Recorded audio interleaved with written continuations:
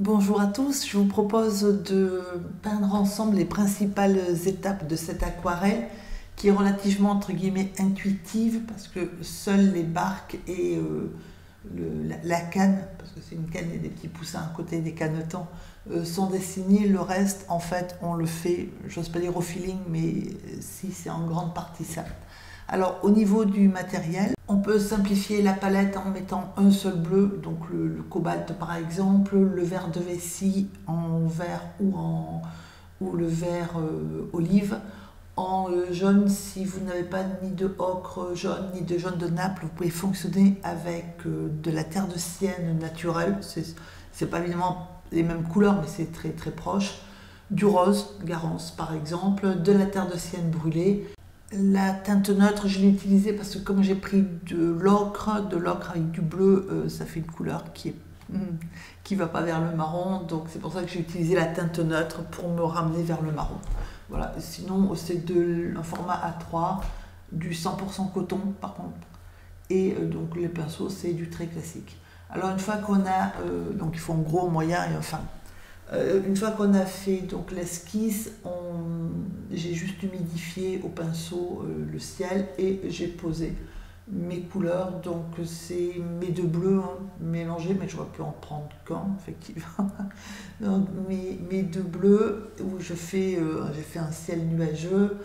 Et donc une fois que vous avez posé le bleu, vous pouvez ombrer entre guillemets les nuages avec du gris bleu, c'est-à-dire du bleu, du rose et un tout petit peu de terre de sienne brûlée. Ça va vous faire une petite couleur un peu gris bleu. Après vous dosez le mélange si vous préférez plus gris ou plus gris violet. Voilà. Et ça vous donne ceci. Alors il ne faut pas descendre trop bas le ciel, de manière à pouvoir mettre ces arbres tranquillement. Et les arbres, c'est pareil, j'ai d'abord mis en couleur. Ce type de peinture, on met d'abord les grands ensembles de couleurs et puis ensuite on affine par la suite. Alors par contre, quand je dis qu'il faut mettre les grands ensembles de couleurs, il ne faut pas non plus, enfin c'est pas un mur qu'on peint, donc il faut quand même essayer de donner à peu près la forme qu'on veut. Donc moi au niveau des verts, j'ai commencé par mélanger mon vert de la terre de sienne naturelle ou à de l'ocre. Enfin moi j'ai fonctionné avec de l'ocre jaune pour l'éclaircir, en sachant qu'il mord quand même sur mon gris bleu, voire mon bleu derrière, donc ça le fonce. Et quand je veux foncer mon vert, j'ajoute du bleu et un tout petit peu de terre de sienne brûlée. Voilà. Vous pouvez aussi ajouter du violet, ça fonce très très bien le vert. Voilà. Donc j'ai alterné, alors c'est des couleurs qui sont peu lumineuses parce qu'elles sont à l'arrière-plan. Donc c'est pour ça que même quand il y a un petit peu de vert entre guillemets clair, j'ai évité d'utiliser du jaune. Et ensuite j'ai ajouté sur la droite de la terre de sienne brûlée et j'ai éclairci mon vert en ajoutant du jaune ou de l'ocre, ce que vous avez, ou les deux. Et sur le terre-plein là qui est en face, c'est du jaune de Naples avec de l'ocre. Voilà.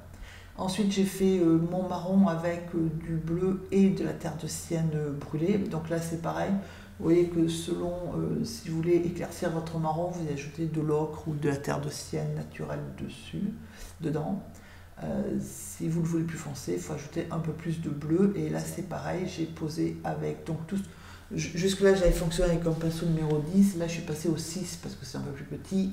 Et voilà, donc après, j'ai pris mes couleurs. Comme j'ai mis mes couleurs sur une assiette, j'ai fonctionné un peu comme une palette, comme si on fonctionnait avec un autre médium que l'aquarelle.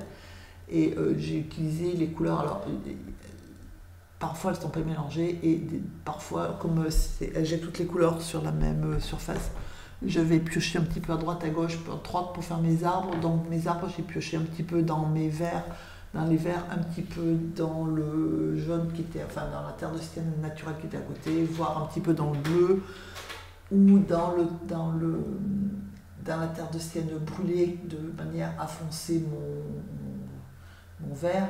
Et donc le principe c'est que sur ce passage-là, donc le premier passage est sec, hein, on voit bien, on commence à, c'est là qu'on positionne ces formes organiques de manière à ce que ça ressemble à des arbres de loin. Donc il faut varier la hauteur, il faut varier la couleur, la nuance de vert, et puis la forme, hein, tantôt on en fait un petit peu élancé, tantôt on les fait un peu plus en forme boule.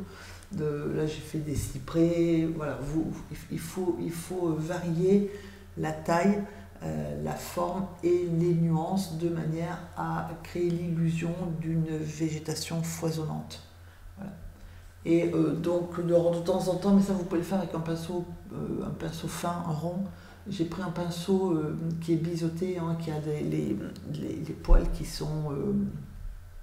donc c'est un pinceau plat, mais qui a en fait, qui est taillé en biseau, c'est-à-dire qu'en fait vous avez des poils de différentes longueurs.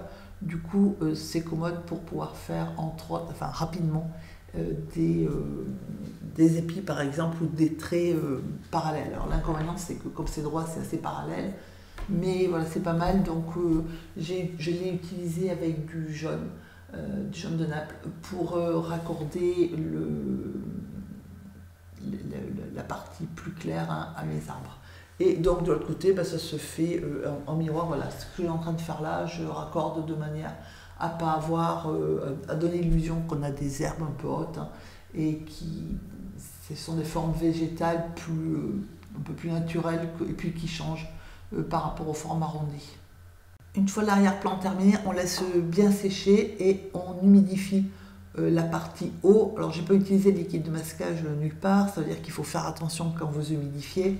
Et donc il faut humidifier juste l'eau, c'est en évitant d'aller trop près des berges.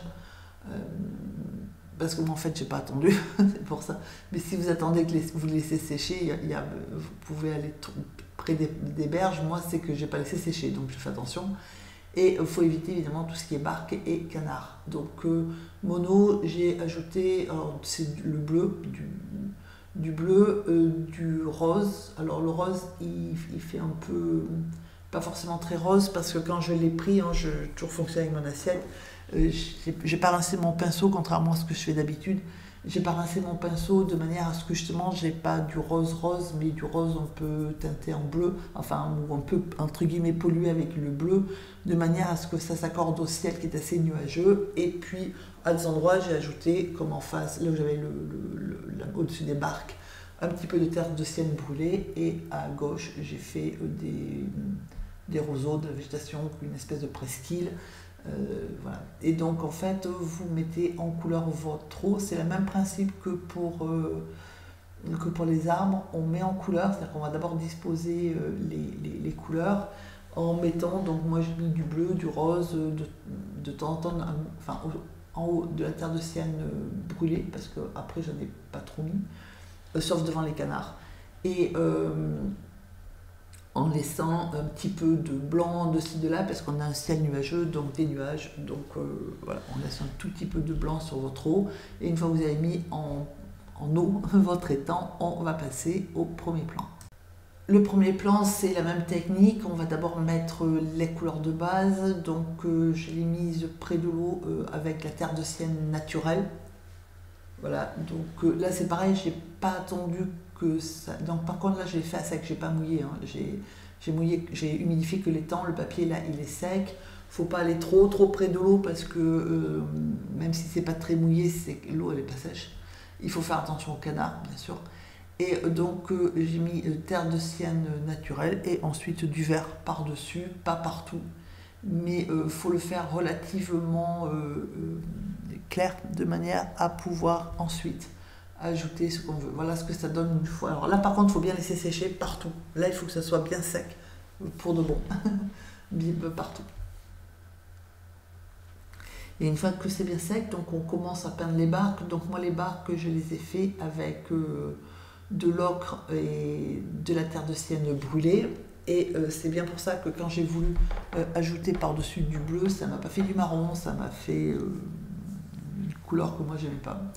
Du coup, c'est pour ça que pour foncer mes barques et aller vers le marron foncé, j'ai pris de la teinte neutre. Mais si vous n'utilisez pas de l'ocre d'or, de l'ocre, vous pouvez vous passer de teinte neutre et vous aurez un marron comme on a à l'arrière-plan.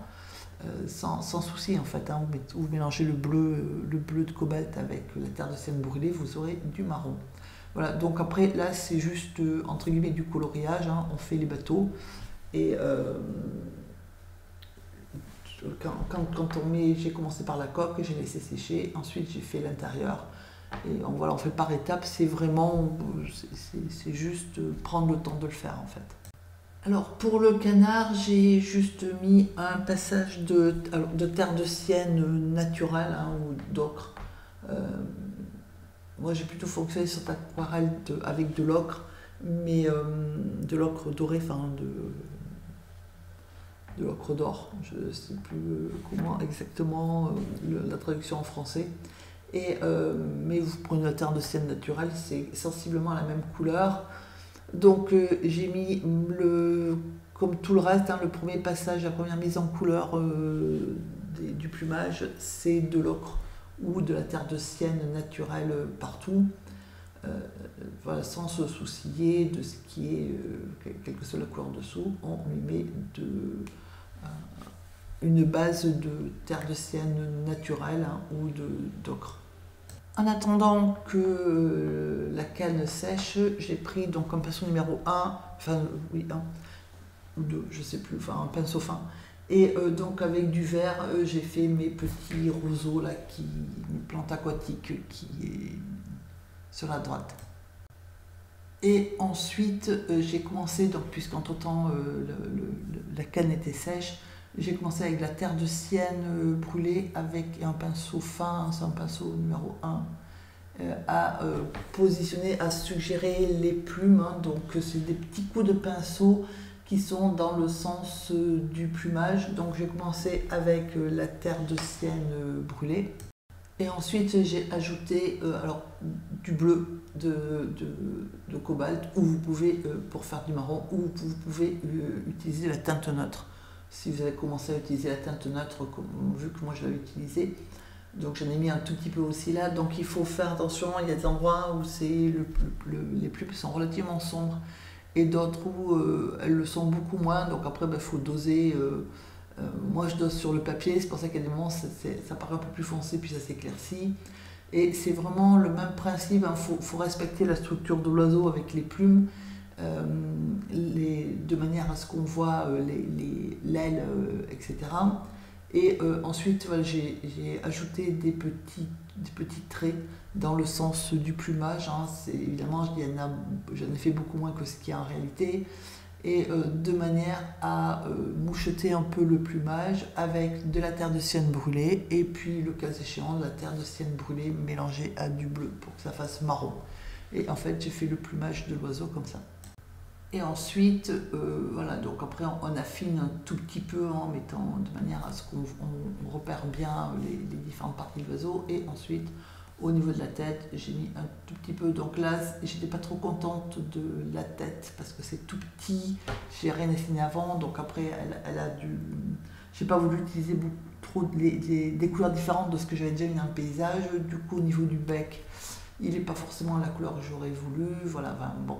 Donc on suggère ce petit canard avec les couleurs. Enfin moi j'ai pas voulu apporter d'autres couleurs, donc le liseré blanc qu'elle a au col, je l'ai laissé, c'est le papier. Et ensuite j'ai utilisé la terre de sienne brûlée que je suis en train de diffuser pour donner une base un peu plus foncée au cou. Et j'ai ajouté ensuite un petit peu de teinte neutre et de terre de sienne brûlée pour faire la tête du canard, et l'œil je l'ai fait au feutre. Donc ensuite il faut renforcer un petit peu l'eau. Donc pour renforcer l'eau, en fait je mets alors il y a deux façons de faire, soit vous rehumidifiez partout en faisant attention à ce qui est peint. Moi j'ai pas fait comme ça, je mets mes petits traits comme ça de peinture et ensuite je repasse par dessus avec, voilà, comme je suis en train de faire là, avec un pinceau propre et essoré moyennement. et de manière à fluidifier et à estomper les traits que j'ai mis. Et au bout d'un moment qu'on fait ça, on a de l'eau qui est quasiment humide partout, puisqu'on met des traits à peu près partout, et que quand on repasse le pinceau dessus, voilà, comme je suis en train de faire là, ça humidifie. Il y a les deux façons de faire, hein, il n'y en a pas forcément une qui est meilleure que l'autre. Voilà, là du coup, maintenant que je le pose, comme j'ai déjà travaillé dessus, c'est relativement humide, et je repasse après par-dessus avec un pinceau propre et encore une fois moyennement essoré. Il ne faut pas qu'il dégouline d'eau non plus, hein, mais de manière à estomper et à donner une espèce d'unité à mon eau. Voilà, c'est un petit peu long. Voilà. On voit bien que là c'est pas mouillé parce que la peinture que j'ai posée, elle ne bouge pas tant que ça. Une fois qu'on fait ça, par contre là il ne faut pas attendre trop longtemps, hein, parce que ça va sécher. Et donc là on voit bien où j'ai déjà travaillé parce que ça diffuse. On voit bien qu'en haut c'était plutôt du papier sec. Et voilà, je rince mon pinceau et après je passe avec mon pinceau par-dessus. Ce qui fait que ça me colore aussi, ça me donne le courant, mais ça me colore aussi un tout petit peu l'eau, ça me la fonce et ça me permet aussi d'avancer la profondeur de l'eau sans souci. Voilà, il n'y a pas, je fais tout comme vous le sentez, il ne faut juste pas attendre par contre, hein, parce que sinon ça va sécher, et une fois sec, ça ne donnera pas tout à fait les mêmes résultats. Donc après voilà, là j'ai juste de l'eau sur mon pinceau, je suis juste en train d'arranger mon eau comme je veux, tranquillement.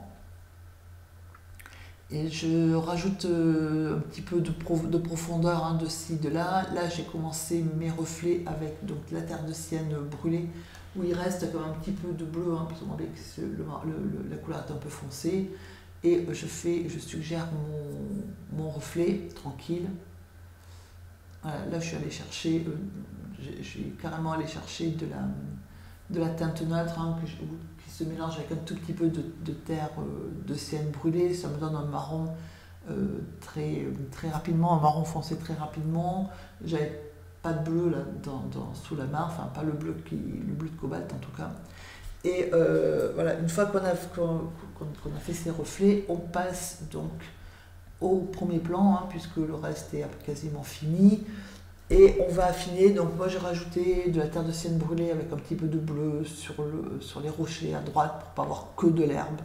Voilà, mais après et ensuite on va, alors le pinceau que j'ai là, encore une fois, c'est pas parce qu'on n'en avait pas que vous pouvez pas le faire.